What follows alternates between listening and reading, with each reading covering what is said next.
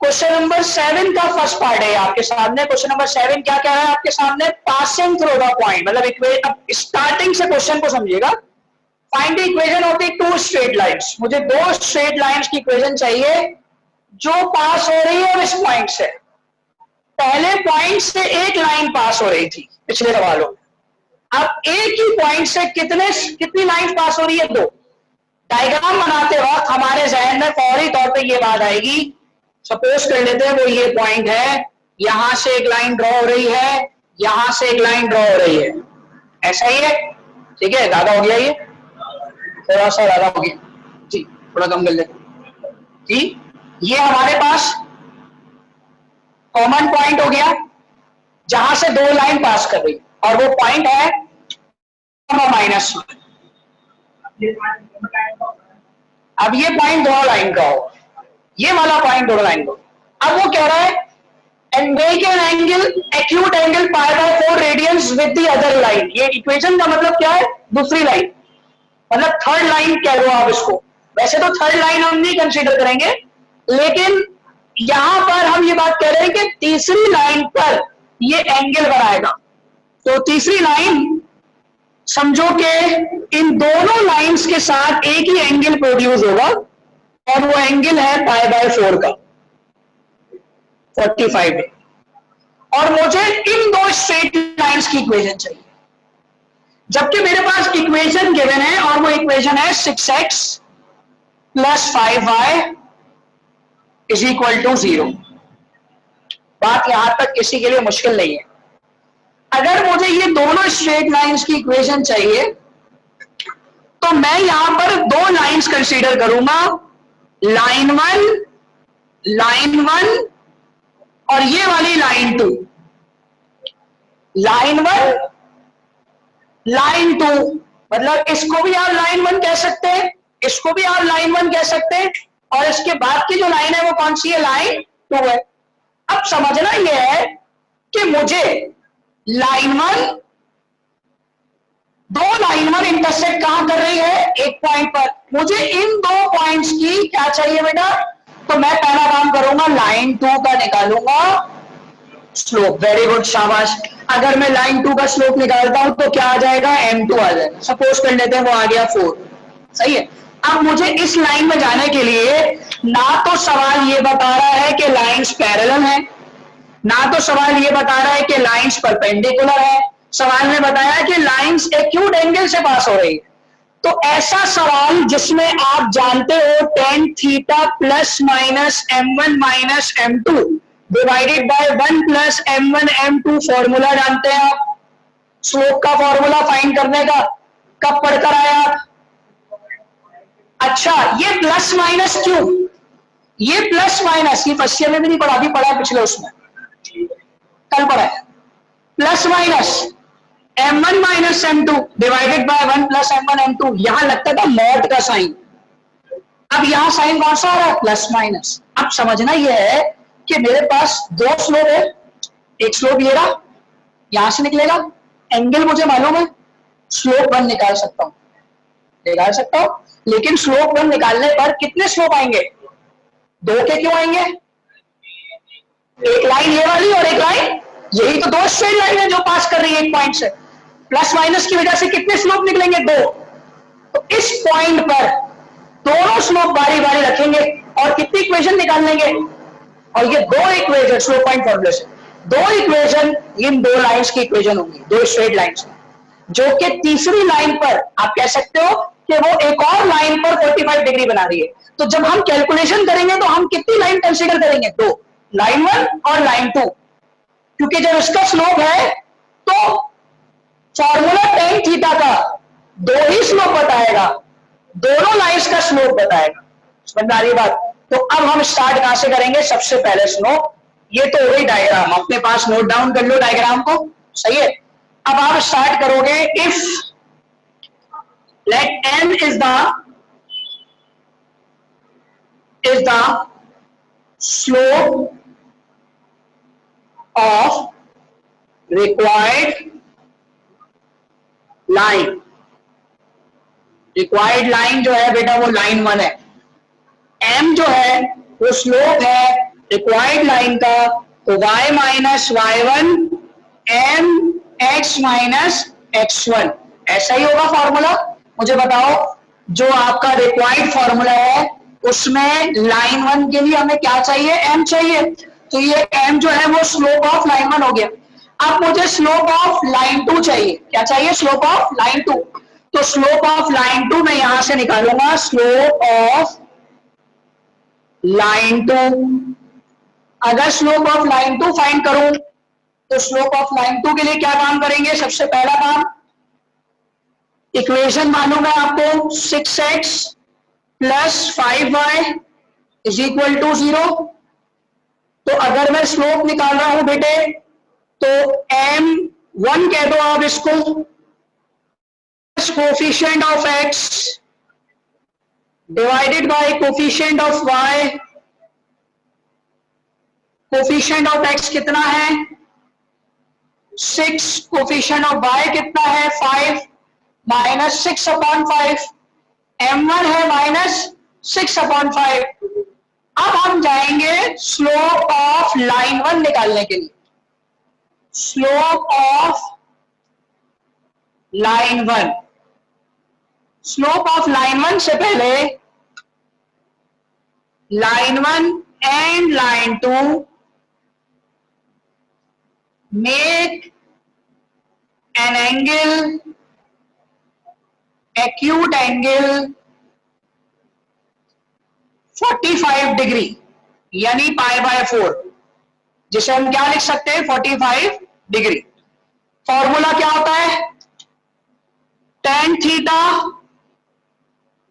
Plus minus m1 minus m2 divided by 1 plus m1 m2। मुझे value किसकी निकालनी है, अच्छा एक मिनट, डायग्राम कर ली होगी आपने। m1 m2 यानी m1 minus m2 divided by 1 plus m1 m2, यही फॉर्मूला होता है। मैं सिंबल कौन से लिखूंगा आप जरा देखिए, tan 45 degree plus minus m1 की जगह बेटा क्या आ जाएगा, m आ जाएगा। इसको आप m2 भी कह सकते हो m1 भी कह सकते हो, इसमें कोई मसला नहीं है। Divided by 1 plus m1 m2, m1 की जगह m आ रहा है, लेकिन अभी हमने जब स्लोप निकाला तो ये m1 कंसीडर किया है, तो आप यहां पर भी क्या कंसीडर करेंगे m1। सही, अब जरा सुनो, मुझे निकालना है, माइनस m1 की वैल्यू मालूम है माइनस 6/5, tan 45 की वैल्यू क्या होती है 1। इसको मैं ब्रेक कर दूंगा, एक दफा प्लस में और एक दफा माइनस में, divided by 1 plus m minus 6/5। ठीक है, एक दफा प्लस में और एक दफा माइनस में, नीचे कर देते हैं माइनस में भी, जगह की कमी हो रही है, माइनस बाद में करेंगे, minus minus plus 6/5 plus minus minus 6m/5, ऐसा ही है। ऊपर लेंगे क्या, एलसीएम, 5 का लिया एलसीएम, 5m प्लस 6, नीचे भी लिया एलसीएम, किसका एलसीएम लिया 5 का, 5 माइनस 6m, 5 से 5 क्या हुआ cancel, 1 is equal to 5m plus 6, 5 minus 6m, side पे ले जाए अगर हम इसको, 5 माइनस 6m बराबर है 5m प्लस 6, m को m के पास ले जाएं और 6 यहां ले आए, तो 5m प्लस 6m ये हो गया आपका 11m, m की वैल्यू हो गई -1/11। ये वो स्लोप आया जो एक लाइन का है, ये वो स्लोप आया जो एक लाइन का है। जी दोबारा सुन लीजिए, क्लियर करें बात को, दोबारा सुने, सवाल को दोबारा क्लियर करें। मुझे पता है मेरा रिक्वायर्ड का काम ये है, मुझे m चाहिए, वहां पर पॉइंट गिवन है, तो m भी 2 आएंगे क्योंकि लाइंस कितने हैं 2, तो मैंने स्लोप ऑफ लाइन 2 निकाला, और एक्यूट एंगल गिवन है तो tan थीटा के फॉर्मूले से हमने दूसरा स्लोप निकाला। ऐसे फॉर्मूले से आप वाकिफ हैं कि जब हमें एक्यूट एंगल गिवन होता है तो हम दूसरा स्लोप किसकी मदद से निकालते हैं। ये हमने चैप्टर 2 में भी डिस्कस किया है कि हम दूसरा स्लोप किसकी मदद से निकालते हैं, स्लोप फाइंड करने। खासतौर पर 2.4 के अंदर कि जब 2.4 हमने यूज किया था तो वहां पर भी हमने बात डिस्कस की थी। दूसरा स्लोप निकालने के लिए किसकी आ रही है बार बार काट दो, दूसरी स्लोप जो है वो हम इससे निकाल। अच्छा, अभी तो ये प्लस की वैल्यू के साथ आया है, अब दूसरी वैल्यू कौन सी आएगी, माइनस। माइनस देख लीजिए जल्दी से, ये रब कर रहा हूं साइड का। अच्छा कर लें, कॉपी कर लें, शाबाश। जरा देख लें अगर अब ये माइनस वाला सॉल्व कर रहे हैं, 1045 की वैल्यू क्या निकली थी, 1। m आएगा, m1 आएगा, ठीक है। अब हम जब वैल्यूज को पुट करेंगे तो ये माइनस m हो जाएगा और ये प्लस m1 हो जाएगा, डिवाइडेड बाय ये इसी तरह मौजूद है आपके पास, ऐसा ही है। ये माइनस की साइन अंदर की साइनों से क्या हो गई, मल्टीप्लाई हो गई। अब करना यह है कि हम m को तो फाइंड करना चाह रहे हैं, m1 की वैल्यू क्या है, -6/5।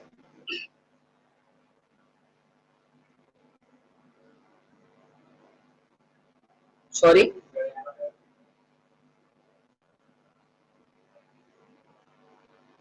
डिवाइडेड बाय 1 + m -6/5, ठीक है। बीच की साइन चेंज हो गई, यहां पर भी साइन चेंज हो जाएगी।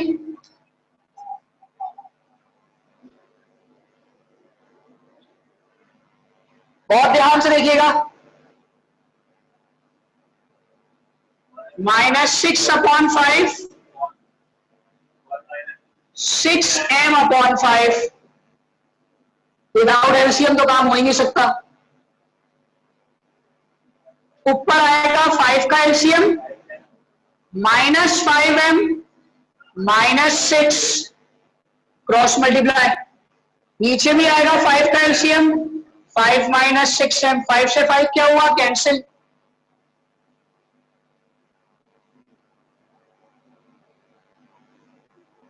क्रॉस मल्टीप्लाई कर दें, 5 - 6m -5m -6, m को m की तरफ ले जाए, 6m वहां चला गया, पॉजिटिव हो गया, और ये 6 यहां आकर प्लस हो गया,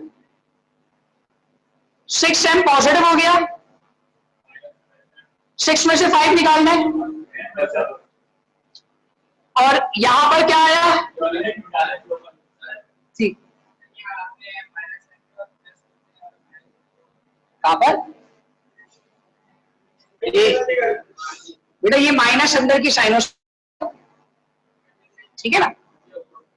कोई और इश्यू है इसमें, 6 में से 5 निकाल दे, m की वैल्यू क्या आई, 11। एक m की वैल्यू क्या आ रही है, 11, और एक की वैल्यू क्या आ रही है, -12/11। क्या मालूम करनी है, वो लाइन की इक्वेशन जो एक ही पॉइंट से पास हो रही थी, अगर वो एक ही पॉइंट से पास हो रही थी तो सिर्फ किसका फर्क आ रहा है, स्लोप का। अब सोच के बताना दिमाग से, एक लाइन थी ऐसे बनी हुई और दूसरी लाइन ऐसे बनी हुई, स्लोप के लिहाज से बताओ ये 11 किसका स्लोप होगा, इस लाइन का या इस लाइन का। पॉजिटिव कैसा होता है, ये तुम कैसा बोल रहे हो, ऐसे एग्जैक्टली ये वाला, और ये वाला -11/11 जो कि नेगेटिव स्लोप होता है। तो एक पॉजिटिव स्लोप आ रहा है और दूसरा कौन सा आ रहा है, इन दोनों को उठाएंगे किस फॉर्मूले में रखेंगे, स्लोप पॉइंट फॉर्मूले पर। तो ये काम आप कैसे करोगे, जब भी इस तरह दो काम करने वाले होते हैं ना, बड़ा आसान काम होता है, आप कैसे करोगे सुनो।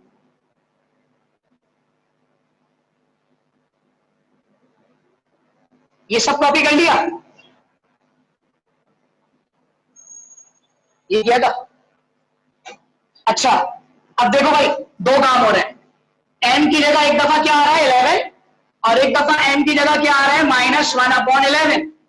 तो हम क्या करेंगे, y - y1 m x - x1, ठीक है। अब बताओ पॉइंट क्या थे हमारे पास, पॉइंट क्या थे सवाल में, 2 का माइनस, वही पौने 7 तक होगा, पौने 7 तक y माइनस -1, ओके। m की जगह आ गया 11, x माइनस x1, x1 क्या है 2, g y plus 1, 11x minus 11 to the 22, y को यहां ले आओ क्योंकि x पॉजिटिव है, 11x minus y minus 23 is equal to 0।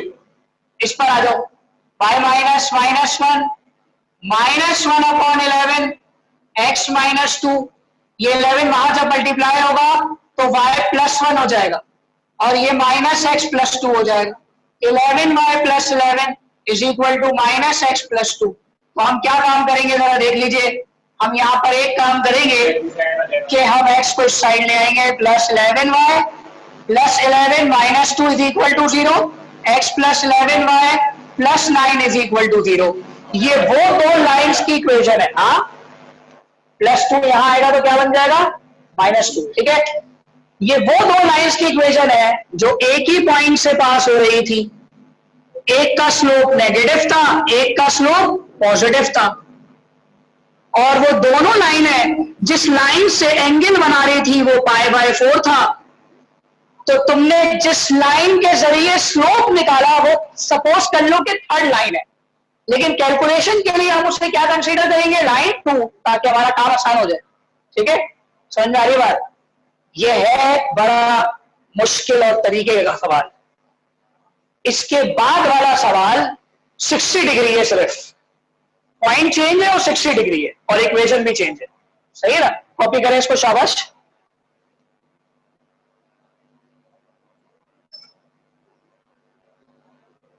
Ali इसमें कोई चेंजेस नहीं है फॉर्मूले में,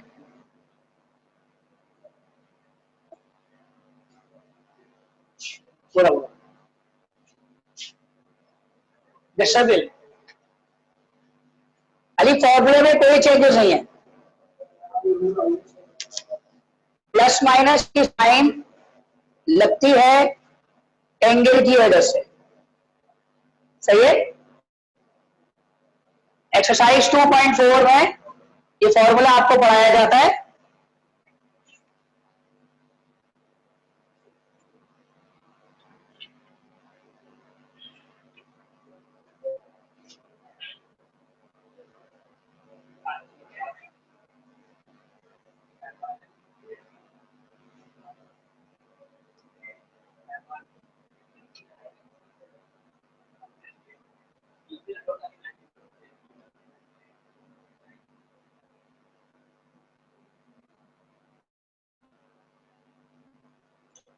देखो एक बात तो समझ लो सारे बच्चे मिलकर, शाबाश।